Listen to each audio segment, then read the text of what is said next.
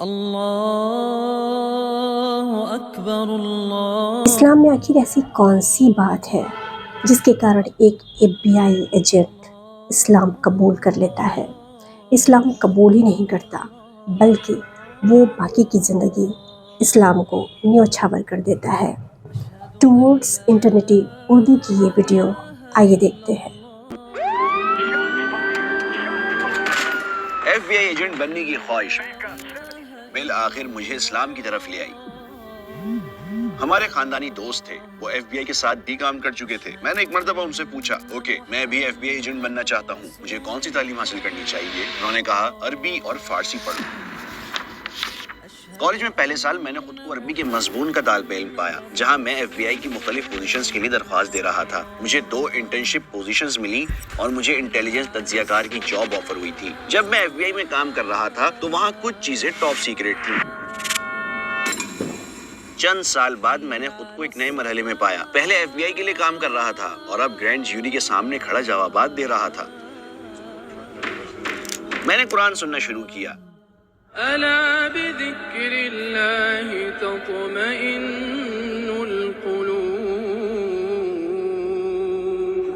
یہ کسی انسان کی تخلیق نہیں تھی۔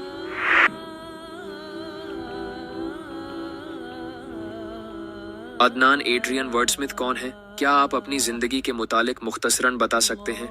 بسم اللہ والحمدللہ والصلاة والسلام علی رسول اللہ۔ عدنان کے نام سے پہچان پانے سے پہلے میں ایڈریان کے نام سے جانا جاتا تھا۔ میں 1988 میں پیدا ہوا۔ میری والدہ امریکی اور والد برٹش تھے۔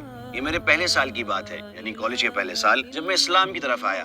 اس دوران میں نے مجموعی طور پر 1.5 سال عرب دنیا اور مڈل ایسٹ میں عربی کی تعلیم حاصل کرتے ہوئے گزارا۔ پھر چند سال کیلیفورنیا میں رہا، جہاں 12 سال پہلے میں نے اپنی موجودہ بیوی سے شادی کی۔ پچھلے 10 سال سے ہم پروویڈنس روڈ آئی لینڈ میں مقیم ہیں، جہاں میں براؤن یونیورسٹی میں امام اور مسلم چیپلن کے طور پر خدمات سر انجام دے رہا ہوں، اور اس وقت میں ہارورڈ یونیورسٹی میں PhD کا امیدوار ہوں۔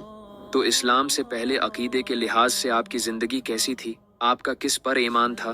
مجھے ساری تفصیلات تو یاد نہیں، لیکن جیسے میری والدہ بتاتی ہیں کہ جب میں 7 سال کا تھا تو میں نے ہی مطالبہ کیا تھا کہ ہم چرچ تلاش کریں، ہم چرچ کے ممبر بنیں تاکہ آخرکار مجھے بھی بپتسمہ دیا جا سکے، کیونکہ میرے لیے ایمان، مذہب اور عیسائیت سب سے اہم چیز تھی۔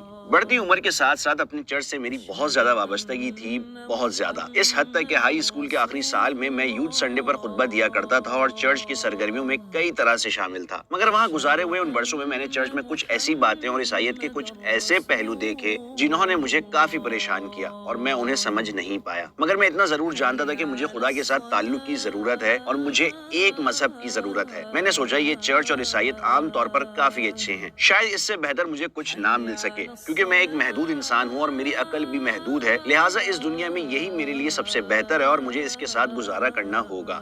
مذہب کی کن باتوں نے آپ کو پریشان کیا تھا؟ کون سی باتیں آپ کو سمجھ نہیں آئیں؟ ان میں سے ایک چیز عقیدے سے بھی بڑھ کر ان کا عمل تھا۔ سب سے پہلے یہ دیکھ کر حیرت ہوتی تھی کہ مختلف فرقے اپنے عقائد اور عبادات میں کتنے مختلف ہیں۔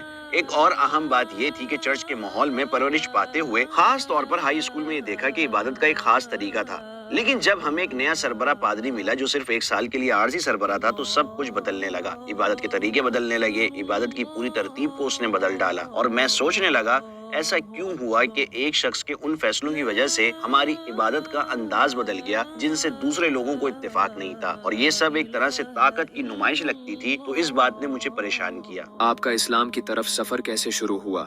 یہ 8ویں جماعت کی بات ہے جب ہم نے ایک قسم کا کیریئر ایسپائریشن ٹیسٹ دیا تھا۔ اس میں میرے سب سے زیادہ اسکور لا انفورسمنٹ میں آیا اور میں نے سوچا اگر میں لا انفورسمنٹ کے محکمے میں جاؤں تو پولیس افسر بن سکتا ہوں، لیکن اگر میں اعلیٰ سطح پر پہنچنا چاہتا ہوں تو ٹاپ کا لا انفورسمنٹ محکمہ FBI ہے۔ تب سے میں جان گیا تھا کہ میں FBI میں جانا چاہتا ہوں۔ ہمارے خاندانی دوست تھے جو بطور جاسوس کام کرتے تھے، وہ FBI کے ساتھ بھی کام کر چکے تھے۔ میں نے ان سے کئی بار بات چیت کی اور ایک مرتبہ ان سے پوچھا، اوکے میں بھی ایک FBI ایجنٹ بننا چاہتا ہوں، مجھے کون سی تعلیم حاصل کرنی چاہیے؟ کیا مجھے کرمنالوجی، سائیکالوجی یا اسی طریقے کا کچھ اور پڑھنا چاہیے؟ انہوں نے کہا نہیں۔ وہ کہنے لگے عربی اور فارسی پڑھو۔ کہنے لگے انہیں فی الحال عربی اور فارسی بولنے والوں کی ضرورت ہے، اگر تم ان میں سے کوئی ایک یا بہتر ہے کہ دونوں زبانیں سیکھ لو تو اس ادارے میں داخل ہونا بہت آسان ہو جائے گا۔ ڈارتھ ماؤتھ کالج میں پہلے سال میں نے خود کو عربی کے مضمون کا طالب علم پایا۔ عربی کے مضمون کے لیے ایک شرط یہ تھی کہ ہم عرب کلچر کا تعارف نامی کورس کریں۔ وہ میرے پہلے سال کا موسم سرما تھا۔ میں یہ کورس لے رہا تھا اور مجھے یاد ہے کہ ایک دن ہم نے اس کلاس میں ایک خصوصی ڈاکیومنٹری دیکھی جس کا نام تھا اسلام سلطنت ایمان، اور اسی ویڈیو میں اپنی زندگی میں پہلی بار میں نے اذان سنی، اور میں نے اس ڈاکیومنٹری کے کورس کے دوران اس کلاس روم میں کئی بار اسے سنا۔ مجھے یاد ہے کہ نیو ہیمپشائر کے برفیلے ماحول میں چلتے ہوئے میں نے کئی دنوں، شاید ہفتوں تک محسوس کیا کہ میرے ارد گرد ہر چیز گویا آذان کی بازگشت کر رہی ہے۔ مجھے یہ بازگشت اپنے اندر بھی محسوس ہوئی اور یوں لگا جیسے مجھے کسی چیز کی طرف بلایا جا رہا ہے، اور اسی لمحے کے بعد سے میں نے اسلام کے متعلق تحقیق شروع کر دی، اور یہ عمل کچھ اس طرح شروع ہوا۔ چلو اس بات کو ذرا سمجھتا ہوں۔ اوہ، یہ بات تو معقول لگتی ہے، یا یہ عمل تو وہی ہے جس کی میں اپنی پوری زندگی تلاش میں تھا، تو چلو میں یہ سب ایک بہتر عیسائی بننے کے لیے کرتا ہوں۔ تو جب میں پہلی بار ڈارتھ ماؤتھ کالج کے کیمپس میں مسلم اسٹوڈنٹ ایسوسی ایشن کے کمرے میں گیا اور نماز پر ایک چھوٹی سی کتاب اٹھائی جس میں نماز کی تمام تفصیلات لکھی تھیں، اس کی تمام شرائط، نماز کے تمام اذکار اور دعائیں، میں نے اسے پڑھا اور مجھے محسوس ہوا کہ یہ وہی ہے جو میں اپنی پوری زندگی تلاش کر رہا تھا۔ ٹورڈز ایٹرنیٹی میں ہمیں آپ کی سپورٹ کی ضرورت ہے۔ ہم ایک فلاحی تنظیم ہیں جس کا عزم اسلام کے پیغام کو 10 زبانوں میں دنیا بھر میں پھیلانا ہے۔ اپنی سپورٹ سے آپ لوگوں کو اسلام میں داخل ہونے، حرام کام چھوڑنے، نماز شروع کرنے جیسے اعمال میں مدد دے سکتے ہیں، اور ان تمام نیک اعمال کے بدلے اجر عظیم پا سکتے ہیں انشاءاللہ۔ ٹورڈز ایٹرنیٹی کو عطیہ دیں اور اس سنہرے موقع کو ضائع نہ ہونے دیں۔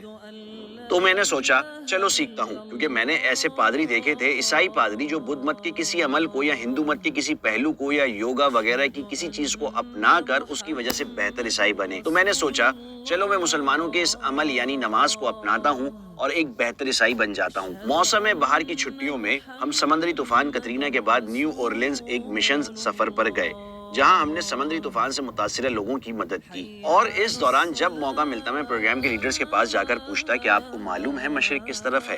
میں قبلہ معلوم کرنا چاہتا ہوں تاکہ نماز پڑھ سکوں، اور میں دیکھ سکتا تھا کہ وہ مجھے عجیب نظروں سے دیکھتے کہ یہ بندہ کیا کر رہا ہے، ایک عیسائی کے طور پر ہی۔ ہاں، یہ میرے اسلام قبول کرنے، باضابطہ طور پر کلمہ پڑھنے سے 2 مہینے پہلے کی بات ہے۔ جب آپ عیسائی ہوتے ہوئے نماز پڑھتے تھے تو کیسا محسوس ہوتا تھا؟ یوں محسوس ہوتا جیسے وہ چھوٹا لڑکا جو جوابات کا طلبگار تھا اور زندگی میں مخصوص سوالات سے پریشان تھا، اسے بالآخر راحت مل گئی، اور بالآخر اسے اپنے جوابات مل گئے۔ تو اسلام کے مختلف پہلوؤں کو اپنانے کے 2 مہینے بعد، اوہ، یہ عمل اور وہ عقیدہ بھی، چلو انہیں اپنی عیسائی زندگی میں اپنا عقیدہ اور عمل بہتر بنانے کے لیے شامل کر لوں۔ اس کے تقریباً 2 مہینے بعد میں نے خود کو دوسری بار مسلم اسٹوڈنٹ ایسوسی ایشن کے کمرے میں جمعے کی نماز کے لیے بیٹھا پایا، اور میں نے اس پورے عمل کو دیکھا جو بچپن میں میرے چرچ جانے کے تجربے سے بالکل مختلف تھا۔ ایسا لگا جیسے عبادت کا یہ انداز مجھے ضرورت کی ہر چیز فراہم کر رہا ہو۔ خطبہ براہ راست گویا مجھ سے مخاطب تھا، مکمل طور پر مجھ سے متعلق۔ مجھے لگا اس نے مجھے میرے خالق سے جوڑ دیا ہے، اور پھر وہ سب کا ایک صف میں کھڑے ہونا، جھکنا اور سجدہ کرنا، یہ میرے لیے ایک انوکھا تجربہ تھا۔ نماز کے بعد میں کیمپس کی اسی چھوٹی سی نماز گاہ میں بیٹھا تھا اور سوچ رہا تھا، اوکے، میں نے اسلام کے ان مختلف پہلوؤں کو قبول کیا ہے، یہ عیسائیت میں میری سرمایہ کاری ہے، یہ وہ عقیدہ ہے جس کے ساتھ میں پلا بڑا ہوں اور جس کی میں نے عیسائیت میں قدر کی ہے، اور میں نے پچھلے کچھ مہینوں میں اسلام کے اس پہلو کو اور اس پہلو کو اپنایا، اور میں وہاں بیٹھا سوچ رہا تھا، مجھے لگ رہا ہے کہ میں نے عیسائیت کی بنسبت اسلام میں زیادہ سرمایہ کاری کی ہے، تو شاید یہ چیز تو مجھے مسلمان بناتی ہے۔ تو میں وہاں بیٹھا سوچ رہا تھا، شاید میں ایک مسلمان ہوں۔ تبھی میں امام کے پاس گیا اور کہا، میں مسلمان ہونا چاہتا ہوں، میں کلمہ پڑھنا چاہتا ہوں۔ میں یہ پوچھنا چاہتا ہوں کہ آپ نے عیسائیت کیوں چھوڑی؟ کیا آپ نے کوئی تضاد کا مشاہدہ کیا؟ مجھے کبھی محسوس نہیں ہوا کہ میں نے عیسائیت کو چھوڑ دیا، میں نے کبھی عیسائیت کو چھوڑنے کا فیصلہ نہیں کیا تھا۔ یہ تو اسلام کے مختلف اعمال اور عقائد کے ذریعے صرف ایک بہتر عیسائی بننے کی کوشش تھی، اور پھر مجھے پتا چلا کہ واقعی اصل عیسائی مسیح کا سچا پیروکار ایک مسلمان ہی ہوتا ہے۔ یہ جاننا کہ جیسس کرسٹ علیہ السلام ایک مسلمان تھے اور وہ اسلام کی دعوت دیتے تھے، تو میں نے عیسائیت کو صرف اس قبالی تصور کے ساتھ چھوڑا کہ کسی مخصوص شخص یا گروپ کے ساتھ اپنی شناخت وابستہ رکھوں۔ بنیادی طور پر دنیا کا ہر دوسرا مذہب کسی قوم، کسی شخصیت یا کسی کلچر کے نام سے منسوب ہے، رائٹ؟ عیسائیت حضرت مسیح سے، بدھ مت گوتم بدھ سے، یہودیت یہودا کی قوم سے، تو یہ تمام نام مخصوص لوگوں سے منسوب ہیں، لیکن پھر اسلام ہے جو ایک تصور کا نام ہے، اور یہ ہر ایک سے منسوب ہے۔ یہ جیسس کرائسٹ علیہ السلام کا بھی تھا، اور جب میں نے خود کو دیکھا جو ایک بہتر عیسائی بننے کی کوشش کر رہا تھا، تو یہ نام مسلمان میرے لیے عیسائی سے بہتر محسوس ہوا۔ آپ کے اسلام قبول کرنے پر آپ کے ارد گرد کے لوگوں کا رد عمل کیا تھا؟ میری والدہ کو اسے قبول کرنے میں کچھ مہینے لگے، اور اس کی ذمہ داری میں خود قبول کرتا ہوں، کیونکہ میں نے انہیں اس دن بتایا جب کلمہ پڑھا تھا۔ میں نے انہیں فون کر کے کہا، امی میں آپ سے کچھ بات کرنا چاہتا ہوں. کہنے لگی ایڈرین میں ابھی باہر جا رہی ہوں, انتظار کر سکتے ہو؟ میں بیک سوسائٹی کے کانسرٹ میں جا رہی ہوں, کیا ہم بعد میں بات کر لیں؟ میں نے کہا امی میں مسلمان ہو گیا ہوں. کہنے لگی اوہ مجھے جانا ہے, ہم بعد میں بات کریں گے, بائے. وہ فکر مند تھی. ان کے نقطہ نظر سے میں ایک مشکل وقت سے گزر رہا تھا. انہیں اسے قبول کرنے میں وقت لگا. پھر کیا ہوا؟ کیا آپ بطور مسلمان FBI میں شامل ہوئے؟ جی, تو FBI ایجنٹ بننے کی خواہش بالآخر مجھے اسلام کی طرف لے آئی. یہ FBI ایجنٹ بننے کی خواہش ہی تھی کہ میں نے عربی سیکھی, اور عربی سیکھنے کی وجہ سے مجھے اسلام کے بارے میں علم ہوا, اور اسلام کے بارے میں جان کر میں مسلمان ہو گیا. پھر میں نے خود کو کالج کے جونیئر اور سینئر سال میں پایا, جہاں میں FBI کی مختلف پوزیشنز کے لیے درخواست دے رہا تھا. مجھے 2 انٹرنشپ پوزیشنز ملی. میں نے موسم گرما میں واشنگٹن DC میں کام کیا, اور مجھے ٹاپ سیکریٹ کلیئرنس ملی, یعنی میرے بارے میں مکمل تحقیقات کی گئی تھی. FBI نے میری پوری زندگی کا جائزہ لیا تھا. ہر وہ جگہ جہاں میں نے وقت گزارا, انہوں نے ان تمام قسم کے لوگوں سے بات کی جن سے میں نے زندگی میں کبھی نہ کبھی وابستہ رہا تھا, اور مجھے پولی گراف اور جھوٹ پکڑنے والے ٹیسٹ سے گزرنا پڑا. انہوں نے میری پوری زندگی کے متعلق سوالات کیے اور تحقیقات کے کئی سلسلوں سے گزارا, اور تقریباً 6 سے 8 ماہ کے عرصے کے بعد مجھے حکومت کی طرف سے تصدیق ملی کہ اگر کبھی ضرورت پڑی تو میں خفیہ حکومتی معلومات دیکھ سکتا ہوں. جب میں FBI میں کام کر رہا تھا تو وہاں کچھ چیزیں کلاسیفائڈ اور سیکریٹ تھیں, اور میرے وہاں ہونے کے دوران ایک جملہ ایسا بھی تھا جو ٹاپ سیکریٹ تھا. تب آپ کو FBI میں قبول کر لیا گیا تھا؟ مجھے ٹاپ سیکریٹ کلیئرنس مل گئی تھی. میں نے ان کے ساتھ 2 انٹرنشپس کی تھی, اور مجھے انٹیلیجنس تجزیہ کار کی جاب آفر ہوئی تھی. میں اس ادارے میں اپنی ترقی کی سمت دیکھ سکتا تھا. لسانیت کے ماہرین سے میرے رابطے تھے. میں خود لسانیت کا ماہر بننے والا تھا, اور جب میں 26 سال کی عمر کو پہنچ جاتا تو اسپیشل ایجنٹ کی پوزیشن کے لیے درخواست دینے کا اہل ہو جاتا, اور پھر وہاں سے میرا کریئر آگے بڑھتا. تو اب آپ FBI میں ایک مسلمان تھے. یہ تجربہ کیسا تھا اور اس کے بعد کیا ہوا؟ میں نے بہت سے مخلص اور پرعزم لوگوں سے ملاقات کی, مگر مجھ میں آہستہ آہستہ شعور جاگ رہا تھا, اور اس میں وقت لگا. لیکن میں آہستہ آہستہ ایک مخصوص سفید فام امریکی سوچ کے حوالے سے بیدار ہو رہا تھا, جہاں آپ چیزوں کی زیادہ پرواہ نہیں کرتے اور سوچتے ہیں کہ بس ایک اچھی زندگی گزارو, ایک اچھا گھر, ایک اچھی جاب تلاش کرو اور کسی کو نقصان نہ پہنچاؤ, اور ایک اچھا انسان بن جاؤ. یہ جانے بغیر کہ آپ جو گھر منتخب کرتے ہیں اور جو نوکری اپناتے ہیں اور جو تعلیم حاصل کرتے ہیں, یہ سب US اور بیرون ملک ظلم اور محکومی میں حصہ ڈالتا ہے. کیونکہ ایک مغربی فرد کے طور پر آپ کی سوچ ہوتی ہے کہ پولیس ہمیں تحفظ دینے کے لیے ہے, لیکن اگر آپ کی پرورش اقلیتی کمیونٹی میں ہوئی ہو تو شاید آپ سمجھیں کہ ٹھیک ہے, یہ بھی اسی کا کام ہے. مگر یہ لوگ کمیونٹیز پر بہت سا تشدد اور نقصان بھی مسلط کرتے ہیں. FBI بھی اسی طرح ہے. جی ہاں, FBI مجرموں کو انصاف کے کٹہرے میں لاتی ہے. یہ ان لوگوں کے حقوق بحال کرتی ہے جن کے حقوق چھینے جا چکے ہیں, لیکن یہ ایک سیاسی تنظیم کا کردار بھی ادا کرتی ہے. یہ اپنی بنیاد میں سیاسی ہے, اور سیاست دانوں کے بہترین مفادات کے مطابق آج کے خطرے کو وہ خطرہ سمجھا جاتا ہے جس پر FBI اپنے وسائل خرچ کرتی ہے. مجھے یہ بات سمجھنے میں وقت لگا, اور یہ میرے انٹرنشپ کی 1 سال بعد ہی ہوا, اور پھر ان خاص سسٹر سے شادی کے متعلق سوچنے لگا جن میں میں انٹرسٹڈ تھا, اور ان کے والد کے ساتھ ہونے والی ایک گفتگو نے مجھے واقعی یہ احساس دلایا کہ میں اب ان 2 چیزوں کے درمیان مزید نہیں چل سکتا. یہ چیزیں ہمیشہ متضاد رہتی تھیں, اور میں مزید ان میں توازن نہیں رکھ سکتا تھا. میں روحانی اور مذہبی کمیونٹی کی خدمت نہیں کر سکتا تھا جو میرے لیے بہت معنی رکھتی تھی, اور ساتھ ہی اس تنظیم کی خدمت بھی کرتا جو اسے نقصان پہنچا رہی تھی. تو پھر آپ نے FBI کیوں چھوڑ دی؟ اس کریئر کا تو آپ نے طویل عرصے سے خواب دیکھا تھا. کیا مذہب کی خاطر چھوڑنا مشکل نہیں تھا؟ یہ دلچسپ بات ہے. بیک وقت مشکل بھی تھا اور آسان بھی. یہ اس لمحے مشکل نہیں لگا جب میں نے یہ فیصلہ کیا, کیونکہ مجھے یاد ہے کہ میں اپنے ہونے والے سسر کے گھر ڈرائنگ روم میں بیٹھا تھا. میں ایک افغان شخص, ایک حیرت انگیز محبت کرنے والے انسان کے ساتھ بیٹھا تھا. وہ بے حد محبت اور گرم جوش طبیعت کے مالک تھے. انہوں نے مجھے اپنے گھر میں خوش آمدید کہا. وہ پرجوش تھے کیونکہ بظاہر میں ایک معزز شخص نظر آ رہا تھا, اور میں ان کی بیٹی سے شادی کا خواہاں تھا. ہم اس بارے میں اور زندگی میں میرے خوابوں کے متعلق بات کر رہے تھے, اور آگے میرے کیا مقاصد ہیں اور ان کی بیٹی زندگی میں کس طرح ڈھلے گی. وہ بڑے باکمال, پرجوش اور حوصلہ بڑھانے والے انسان تھے. اور پھر اچانک ان کا چہرہ سنجیدہ ہو گیا اور کہنے لگے, میرا خیال ہے ہمیں FBI میں آپ جیسے مسلمانوں کی ضرورت ہے, مگر میں نہیں سمجھتا کہ ایسا مسلمان میری بیٹی کا شوہر ہو سکتا ہے. اور میں وہاں بیٹھا خود کو چھوٹا محسوس کر رہا تھا.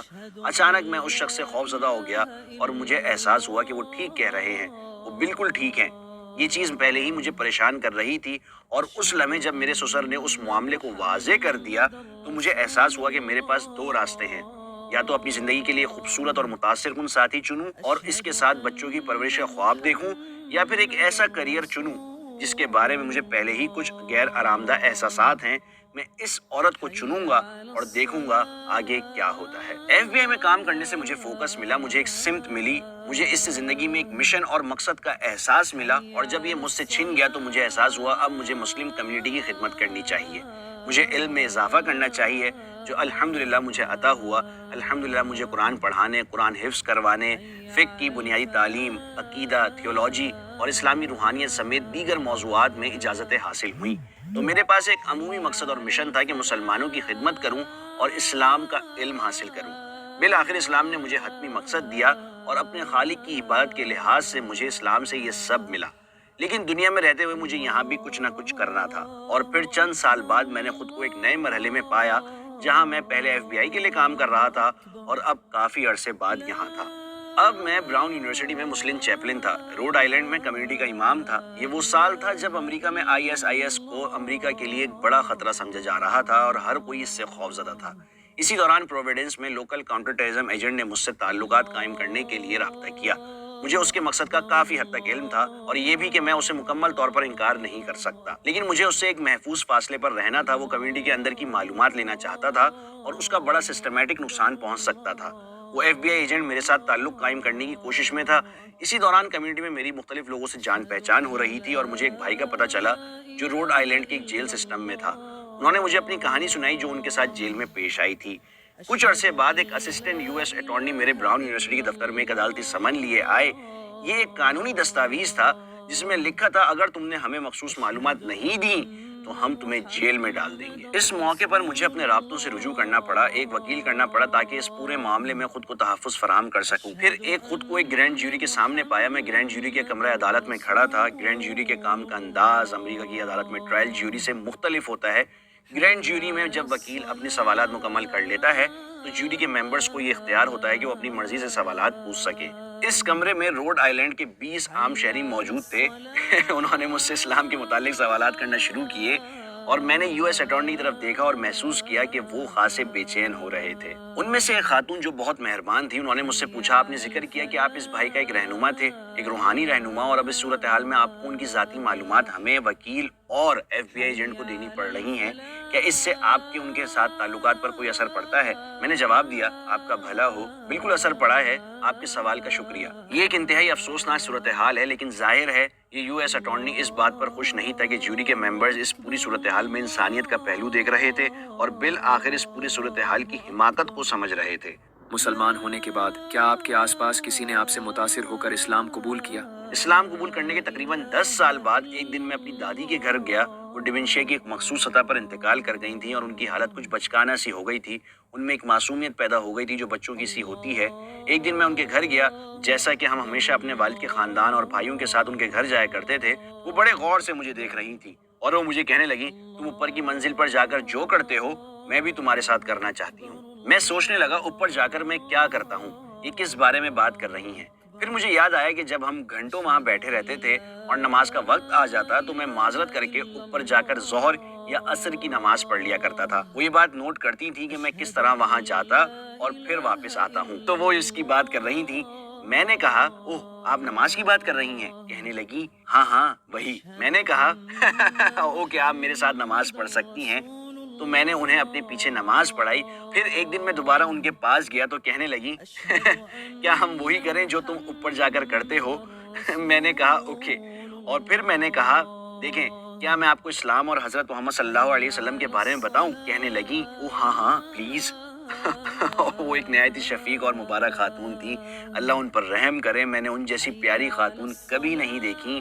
میں نے انہیں اسلام کے متعلق سب کچھ بتایا، انہیں لا الہ الا اللہ کے بارے میں، ایمان کے بارے میں بتایا اور یہ کہ اللہ کے سوا کوئی خدا نہ ہونے کا کیا مطلب ہے اور محمد صلی اللہ علیہ وسلم کون ہے، اور وہ سب کچھ ماننے کے لیے فوراً تیار تھیں۔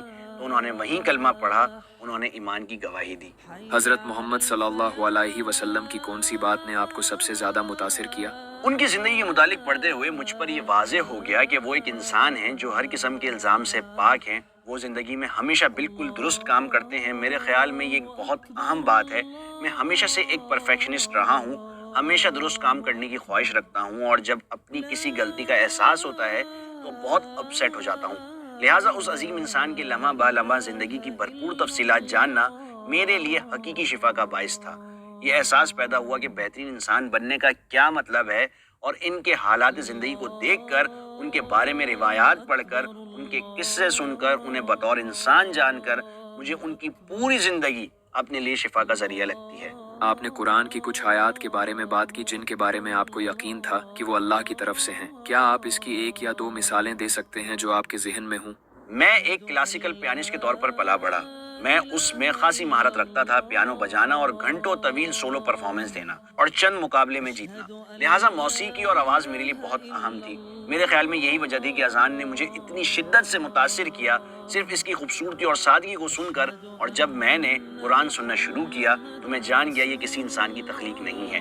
میوزیکل روایات میں پروان چڑھنے کے بعد قرآن کی تلاوت کی سادگی اور انفرادیت میرے لیے بالکل مختلف تھی۔ میں فوراً قرآن قرات کے فن کی محبت میں ڈوب گیا۔ لہٰذا سب سے پہلی چیز سے مجھے قرآن میں کشش ملی وہ اس کی حکمت سے بھرپور باتیں نہیں، بلکہ صرف اس کی آواز سن کر پیدا ہوئی۔ یہ مجھے کسی انسان کا کلام نہیں لگتا تھا۔ بھائی عدنان، آپ کے مخلصانہ جوابات کا بہت شکریہ۔ ہم نے آپ سے بہت کچھ سیکھا۔ اللہ آپ کو ان تمام کاموں کا اجر دے جو آپ اس امت کے لیے کرتے ہیں۔ بہت جزاکم شکریہ۔ اللہ خیرن کہ آپ ہمارے ساتھ رہے۔ اللہ آپ کو بھی اس کا اجر دے۔ یہاں آنا میرے لیے بہت خوشی اور اعزاز کی بات ہے۔ آپ کو یہ ویڈیو کیسا لگا کمنٹ باکس میں ضرور بتائیے گا۔ أكبر نمسکار۔ الله أكبر الله